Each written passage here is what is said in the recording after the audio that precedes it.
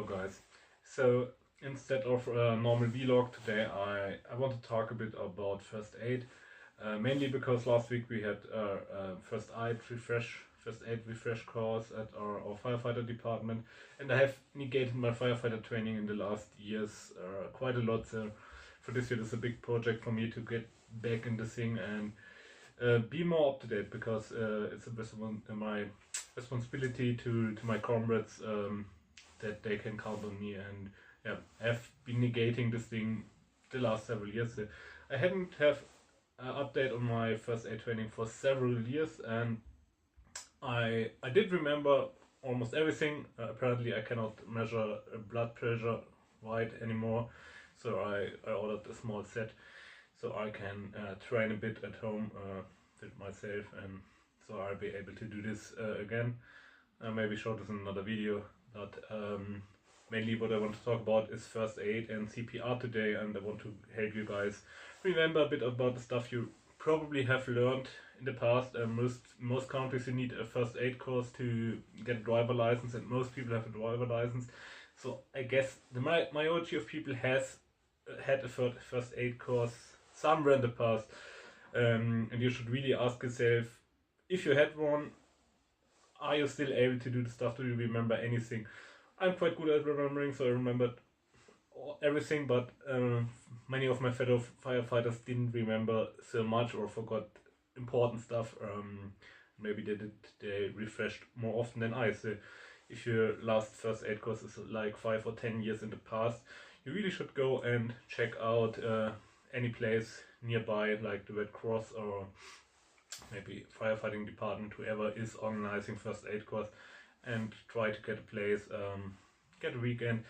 And an important number here is, I think last week or 2 weeks ago, the numbers for people killed in household accidents came up in Germany, and for us it was like twice as many people died during household accidents or by household accidents compared to deaths in street traffic. So probably, if you know CPR, if you know first aid, you will most probably need it at home and or with your spouse or with your children. So it's really a skill which you cannot train enough, and which is really almost, yeah, it's necessary. It's of utmost importance. So I myself, I'm not a certified first aid trainer or CPR trainer or something of this kind. I just did like a millions of these courses during my firefighting career, and there had been some changes during the time. So if you did like 20 years ago, everything is different now. Go and refresh your training, because it's not the same. Basically, I just want to give you small reminders about the most important facts. So if somebody drops by you, or if you find an unconscious person, you should always make first sure if the person is really unconscious, or just mostly if you find people lying on the streets, in my experience, they're most drunk beyond anything, but they are still alive, they're still breathing, and they still react. So you really should talk with the people and talk loudly, because and touch them a bit. Mostly if they react, it's more or less good. If they're unconscious, first thing you have to do is call 911 or 122 if you're in Europe. Already launch the call, and then go and check everything else, because time is of the utmost importance. If you have a person which is unconscious, which is not breathing, the faster you could help, and the faster you start helping, the better. The better chances the person, or said most probably your partner or your parents or something, has to survive.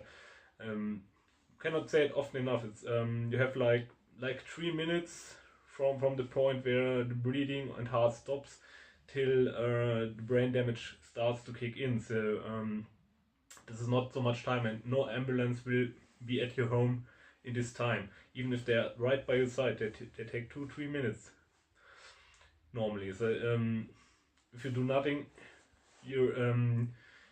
the person will already have some damage there, most likely. So most important thing, check if they're really unconscious, then check if they're breathing, and as I said, you already called 911, put it on the speaker, put the phone by side. Everybody has a phone today, and no matter what you do, and if you do it all wrong, whatever you do, it's better than doing nothing. Certainly, because if you just stand by and look at the person, he will certainly die or have so severe brain damage that it's a question if he wants this life anymore afterwards. Call the 911. You made your 911 call. You check is the person breathing. Normally you should put him on the back, or him or her, and then you put your ear on the mount and look on the breast, and if you see the breast is rising or is rising, you can hear and feel the breathing on your ears. So the person's breathing. Put him in this not side. Put him on the side. Make sure that their head is stretched. So if they're vomiting, the vomit is not going into their lungs but out of the thing. And then you have to monitor them really closely. So it's not like put a person there and check every 10 minutes. Should check every 2 to 3 minutes at minimum if the person is still breathing. And if he is unconscious but is breathing, he still will need attention. So the ambulance, if they are already underway, you're doing the exactly right thing. If it turns out he comes back, you can always tell the operator. You can call off the ambulance, but it's always better to have them than have nobody and no help and be alone and not be able to help the person. So now when the person's not breathing, the first thing you have to do is check if they have anything in their mouth, if there's vomit, whatever, if they have swallowed something. You have to open the mouth, look in. If you need to remove something from the mouth, some people are afraid that you could get bitten, which is a real danger. You can put your thumb here on our side and then go in with the thumb. Of course, you normally should have protective gloves.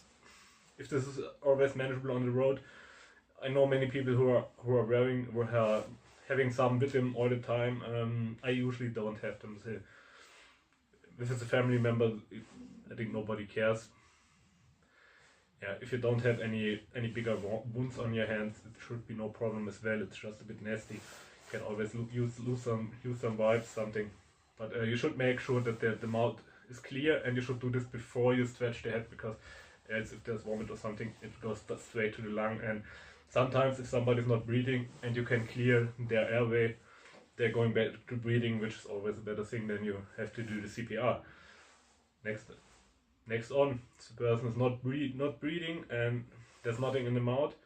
Yeah, then it's almost time to start a CPR. You should check that they are on a hard surface. So if it's in a bed or something, get them out of the bed on the ground. And as the times of the utmost importance. So if you drop them, if you cannot hold them, it's better get them on the ground. Certainly, if they break something, they will still survive if you act swiftly. So at a certain point, you cannot take too much precaution here for the person, but you have to get them on a hard surface like cement, beton, a road, something like this, or normally your floor. If you have like cushions or something, should get them on a hard floor. Then you should remove as much clothes as you can and start the CPR right away. And here are the most important information here, which most people forget quite fast. This is the rate which you should give the compressions and breathe. Today it's not so much importance is taken to the giving air to the persons, because it's most important to get the heart pumping. So, recently, when I did my first aid courses, it was very important to give air to the people. But you have oxygen in your blood, even if you're unconscious and you are not breathing. There's still some air in your lungs. It will work for a while, even without giving any air. So the real importance is to do a good compression and do this proper. And then you should go normally with a 30-2 rate. So you pump 30 times on the chest, like on the sternum, on the end of the sternum. But as I said, this is part for first aid course. Breast, if you get a course where they have a puppet where you can train to pump, I think it's a really great help if they have this. Start pumping 30 times you pump, then you breathe into the nose normally 2 times, give air, and then you pump 30 on it. And you should go for a frequency about between 100 and 120 beats per minute. First aid course they recommended to play Staying Alive. It's about this frequency. So you have to compress like at last tone 100 times in a minute and not more than 120. So this is the rate for which we are going. One important thing which I saw in our course at the firefighters is that you have to look that you that you give the breast enough space to go up. So some people were there and they were pumping all the time, but they did not really release. So this is an important thing which I saw some people doing wrong. So this is something you can put attention to, that you really release the breast and then press back in. And you should go like 2 to 2.4 inches down. This is usually the recommendation, but this is best if you train with a puppet. The firefighters, we have a digital one which shows you if your compression is good, is deep enough. There's really a big improvement about this stuff, which I used at the start of my firefighting career, where we had the puppet, but you had no real feedback there. It's always better to train and to be up to date, because it's not only for your own safety and for the safety of your family, but for everybody in your community. And if you go and check out a first aid course in your neighborhood, you can also see some organizations like the Red Cross or volunteer firefighters are always searching for volunteers for their department. So you can actually get the course for free, and you can do something for your community. So it's maybe something really interesting. So you should check it out. It's not for everybody, but if you can do, and if you're searching for something to volunteer and to enrich in your community, I think it's a really great thing. As I said, it's a really important thing that you know first aid and CPR, and that you act as swiftly as possible. And no matter what you do, you have to do something. Don't stand by and watch your partner, your child dying. It's really the worst thing you can do. So I really hope this short refresher was helpful. I gave you some information, especially the 30 to 2. This is something you should remember, and also the 100 beats, 100 or around 110 beats. These are the most important things. Like check the airways, check if they are conscious, check the breathing. 30 to 2, 100 beat, 100 to 120 beats. I think this is the most important stuff. And don't forget to call the 911, make the 911 call as soon as possible, because no matter how good you do a CPR, most times you don't revive a person. That is, you just make the person survive till the medics arrive, and they can probably bring him back. So it's very rare that you do CPR and the person survives from the CPR, but the CPR makes the person survive to the point where somebody comes who can really help. So this may be a misconception. So you don't revive a person, you keep them alive as long as possible.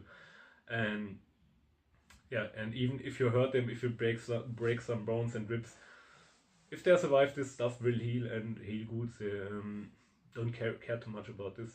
Care about the person surviving and do your best. So thank you very much for watching, guys. Sorry it's so long, but I think it's a really important topic and I really had it on my heart. So thank you very much. See you guys soon. Bye bye.